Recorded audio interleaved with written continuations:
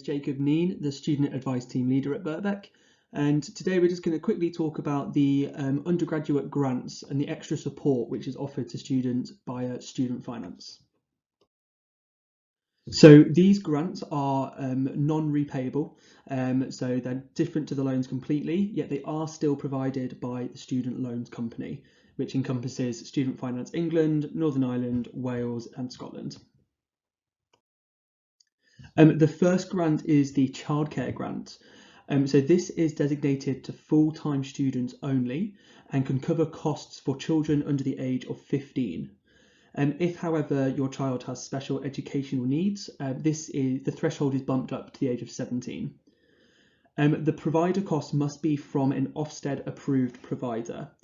So if you are having a relative take care of your child at home, this unfortunately wouldn't qualify. It has to be a legitimate provider which has been approved by Ofsted. The amount you can receive for the childcare grant is dictated by how many children you have and also what your income is.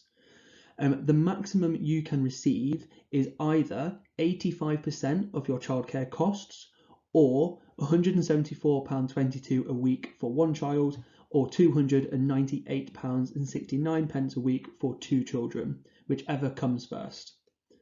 This is paid directly to your provider. So if your childcare provider has not yet created a profile with the student finance system, that they will need to contact student finance to set that up. It's free to set up, it doesn't take too long, and a lot of London providers are already set up due to the large portion of students in London.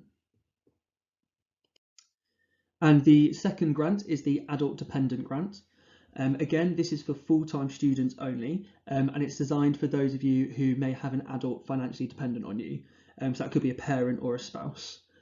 Something to make note of is that this does not include children at all. If your child is under the age of 15, then you might be able to go for the childcare grant mentioned earlier. But if you have an older child, maybe 19, 20, who is still dependent on you, they unfortunately do not classify as an adult dependent for this purpose. The amount you can get is a maximum of £3,094, and it is decided based on a combination of your income, but also the adult who is dependent on you's income. For example, they may be working part-time or receiving a pension. The amount which is initially approved at the beginning of the academic year is actually based on estimated earnings, whereas at the end of the academic year, you do have to prove those earnings and submit evidence of yours and the adult dependent's earnings. Just a bit of forewarning, this could create a reassessment of the grant. For example, if your earnings are largely more than what your estimations were, then they could say that they have overpaid you the grant and may ask for that to be returned. But then again, it could also go the other way, that you could have earned a lot less than you expected and therefore they are able to pay you more. So what I'd just suggest is when you are doing those estimations, be as realistic as possible because you do have to evidence them later on in the year. And the final grant is the Disabled Student Allowance, or more commonly known as DSA. So DSA is actually quite a large portion of money, and it's designed to support additional costs which are incurred due to mental health, long-term illness or disabilities. It's tailored to the individual need, and it can cover costs such as technology like laptops and softwares, non-medical helpers such as mentoring, and in some circumstances travel. For example, if your disability means you cannot take public transport. The funds are paid either to you or the university, depending on what support package is actually offered.